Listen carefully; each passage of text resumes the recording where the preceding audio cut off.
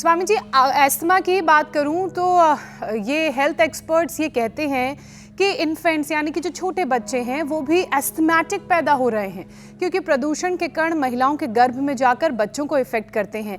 ऐसे में स्वामी जी, गर्भवती महिलाएं प्रदूषण के जहर से खुद को और होने वाले बच्चे को कैसे बचाएं? एक तो ये जो मकरासन है ना, ये सबको करना चाहिए, छोटे बच्चों को भी कर लेना चाहिए, बड़ा अच्छा है। छोटे बच्चे भी ऐसे कर सकते हैं कितना अच्छा है। और जहाँ तक रही बात गर्भवती महिलाओं की, तो मीनाक्षी जी से सीखने की ज़रूरत है, जिन्होंने पूरी प्रेगनेंसी के दौरान योग किया। तो प्राणायाम, भस्त्रिका, अनुलोम विलोम, भ्रामरी उद्गीत, सूक्ष्म व्यायाम, दाएं बाएं पीछे झुकने वाले, बॉडी की स्ट्रेचिंग वाले सब अभ्यास, तेज़ी से चलना। और जो गर्भवती महिलाएं हैं उनको विशेष करके इस बात का ख्याल रखना है कि वो भी जो है बहुत ज़्यादा गर्म चीज़ें तो ले नहीं सकती, और जितने भी कफनाशक द्रव्य हैं और एलोपैथी के जितने भी स्टेरॉइड हैं ये तो ले ही नहीं सकती। तो उसको बहुत सौम्य होता है, मुलेठी को पानी में पका लें और उबाल करके सामान्य टेम्परेचर का पी लें, तो मुलेठी की तासीर जो है वो सौम्य होती है।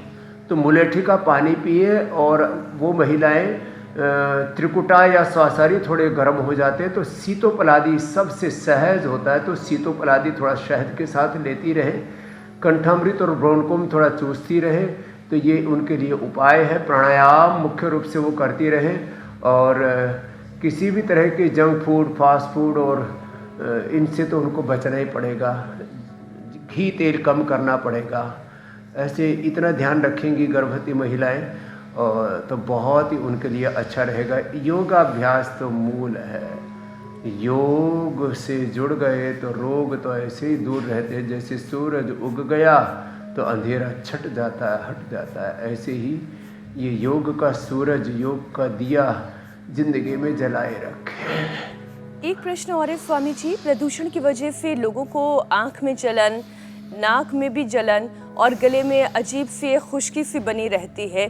सूखी खांसी की भी तो शिकायत हो रही है, और खांसी भी ऐसी कि आए तो फिर रुकने का नाम ही नहीं लेती, बेचैनी भी रहती है।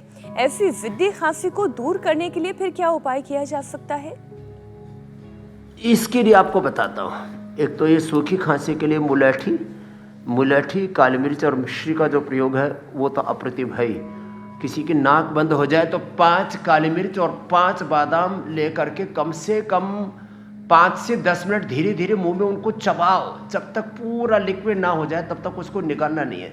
धीरे धीरे करके उसका कस अंदर जाता रहेगा। इसको गजब का प्रभाव होता है।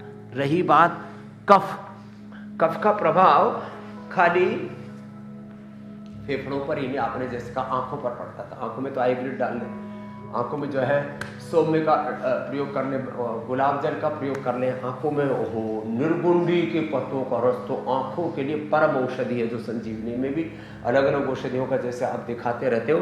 तो ये तो मेरा अनुभव है।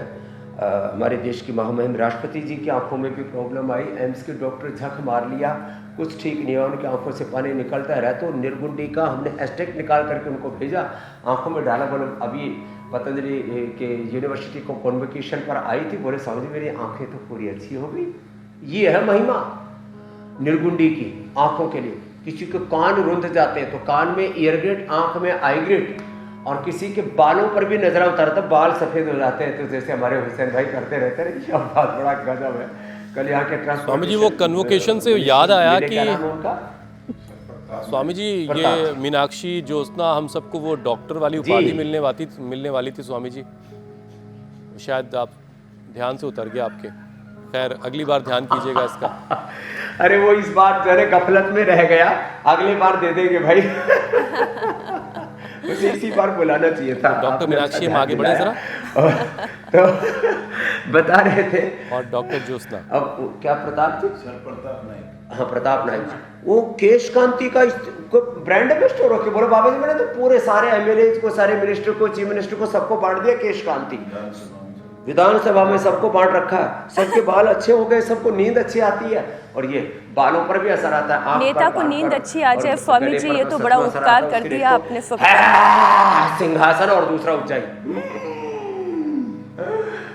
बड़ा जबरदस्त। और ये पॉइंट दबाए, ये तो भूल ही गया था, ये कॉन्चॉक का नाम करता है, दोनों हाथों में और दोनों ये अंगूठे के नीचे ये वाला पॉइंट है, देख सके इसलिए बता रहा हूँ। ऐसे इसको दबाए, ऐसे और ऐसे, ये वाला और ये गला एकदम टनाटन रहेगा। जैसे हम 365 दिन दहाड़ते रहते हैं, ऐसे ही दहाड़ते रहेंगे और सब रोगों को पछाड़ते रहेंगे। मौसम की दुश्वारियों को, ठंड को, सर्दी को, गर्मी को, बैक्टीरिया, वायरस, फंगस, ये वो कम्युनिकेबल, नॉन कम्युनिकेबल सारे। और कब से तो फिर मोटापा भी बढ़ता है, कब से जो है शरीर में गांठें बढ़ती हैं, फिर सिस्टोग्रीड, डायमंड, सिस्टोग्रीड, काचनार, विद्यवादी का नहीं खानी पड़ेगी।